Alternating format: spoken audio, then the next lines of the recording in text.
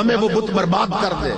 اس نے کہا میں نے اسے بھی آزمایا ہے، اس نے بھی ایک موقع پہ میری مدد نہیں کی۔ دوسروں نے دوسرے بتوں کا نام لیا، اس نے کہا میرا اعتماد اٹھ گیا، میں نے آزمایا میری مدد نہیں ہوئی۔ تو ایک لڑکا کہنے لگا پھر مسلمانوں کے خدا کی ضمانت پہ چل پڑو۔ اس نے کہا میں تو اسے جانتی نہیں۔ تو کہا مسلمانوں کے نبی کی ضمانت پہ چل پڑو۔ اس نے کہا میں تو انہیں مانتی نہیں ہوں۔ تو ہندو لڑکے کہنے لگے پھر تو ہی بتا کس کی ضمانت پہ چلتی ہے،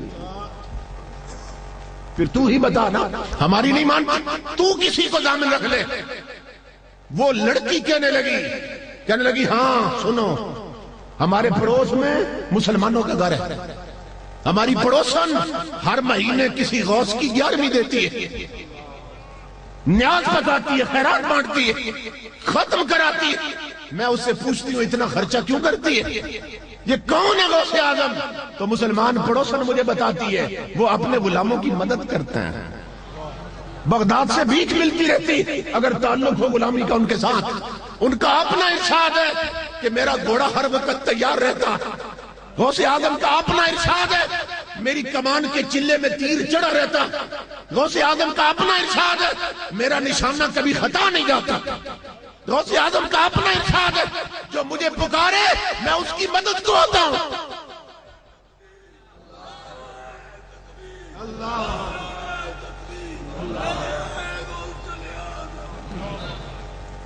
تو وہ لڑکی کہنے لگی ہندو لڑکوں سے کہ مسلمان پڑوسن کسی غوث کی بڑی تعریف کرتی ہے کہ وہ بڑی مدد کرتے ہیں، تو چلو آج میں اس کے غوث کو آزما لیتی ہوں۔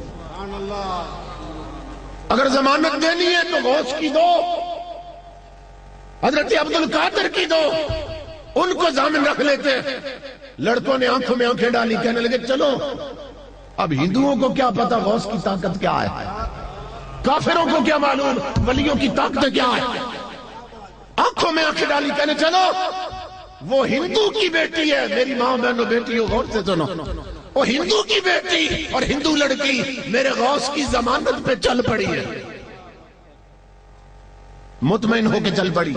جب جنگل کے قریب پہنچی، جنگل کے اندر پہنچی تو چاروں لڑکے چاروں طرف پھیل گئے، ہنسنے لگے، کہے لگانے لگے۔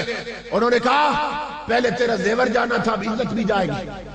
تو نے ہندو ہو کر بتوں کی توہین کی ہے، تو نے مسلمانوں کے غوث کی ضمانت مان لی، اپنے خداؤں کو چھوڑ دیے تو نے، اب تجھے دوہری سزا ملے گی۔ اب دیکھتے ہیں تجھے غوث کیسے بچاتا ہے۔ ایک بدبخت آگے بڑھا، اس نے اس کا دوپٹہ اتارا، دوسرے نے بال پکڑے، تیسرا گریبان پکڑنے لگا۔ تو لڑکی ادھر ادھر دیکھنے لگی، ادھر ادھر دیکھنے لگی۔ وہ لڑکے کہنے لگے نادان لڑکی کس کو دیکھ رہی ہے، کوئی نہیں آئے گا۔ لڑکی رو پڑی، کہنے لگی میں دیکھ رہی ہوں کو مسلمانوں کے غوث، کب آؤ گے؟ جب میں لٹ جاؤں گی تب آؤ گے، جب کچھ نہیں بچے گا تب آؤ گے۔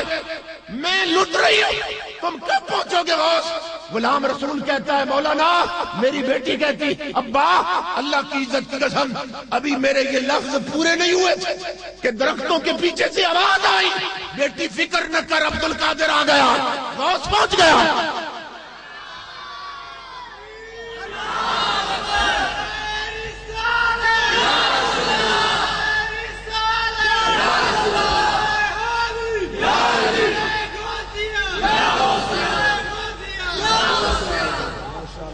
لڑکی کہتی آئے غوث اعظم گھوڑے پہ سوار، ہاتھ میں تلوار، آتے ہی ایک ہی وار سے چاروں کے سر تن سے جدا کر دیے۔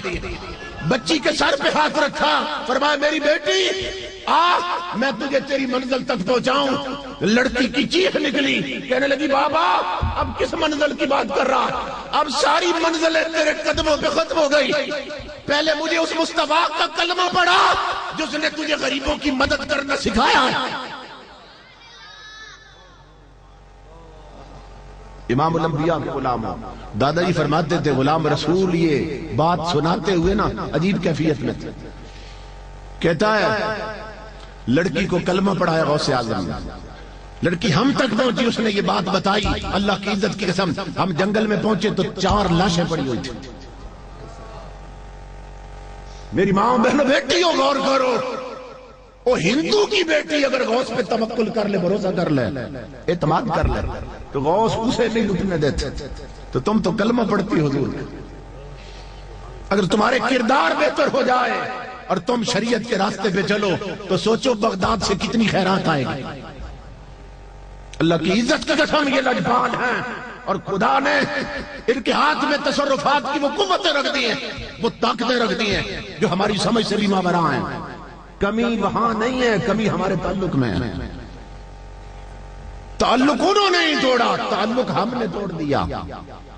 آج بھی اگر تعلق پیدا کر لو تو مدینے سے بھی خیرات ملتی ہے، بغداد سے بھی خیرات ملتی ہے۔ اس طرح کرم ہوتے رہتا ہے۔ تو اللہ رب العزت میرے بھائیوں کو سلامت رکھے کہ جنہوں نے انتہائی محبت کے ساتھ اس پروگرام کا اہتمام کیا، علماء کو دعوت دی، حضرت تشریف لائے، جو یادگار اسلاف ہے۔ اللہ رب العزت اس سٹیج کو سجانے والوں کو، آنے والوں کو دارین کی برکتیں، نعمتیں اور عظمتیں عطا فرمائے۔ تو حضور غوث اعظم کا ارشاد مکمل کر کے بات ختم کرتا ہوں۔ آپ فرماتے ہیں میری آنکھیں لوح محفوظ میں لگی رہتی ہیں، میں جانتا ہوں جنتی کون ہے اور دوزخی کون۔ اور آپ فرماتے ہیں انا غائص فی بحار علم اللہ تعالی و مشاہدتہ، اللہ کی معرفت کے دریاؤں میں غوطے لگاتا رہتا ہوں۔ انا نائب رسول اللہ و وارثہ فی الارض، میں اس زمین پر امام الانبیاء کا نائب بھی ہوں، مصطفیٰ کا وارث بھی ہوں۔ یہ اعلان تھا غوث اعظم کا منبر پہ، اس زمین پر میں حضور کا نائب بھی ہوں، حضور کا وارث بھی ہوں۔ اس لیے کہ جو ولایت ہے اس کی بے شمار قسمیں ہیں۔ ایک ہے ولایت محمدی جو کسی کسی ولی کو نصیب ہوتی ہے۔ تو غوث اعظم فرماتے ہیں مجھے رب نے ولایت محمدی عطا کی تھی کہ ہر ولی کا قدم کسی نہ کسی نبی کے قدموں پہ ہوتا، اور میرا قدم حضور کے قدموں پہ۔ یہی سبب ہے کہ جس طرح اللہ رب العزت نے، کیونکہ حضور کی ذات میں فنا تھے غوث اعظم، تو جس طرح امام الانبیاء کو سراپا معجزہ بنا دیا تھا، اسی طرح غوث اعظم کو رب نے سراپا کرامت بنا دیا تھا۔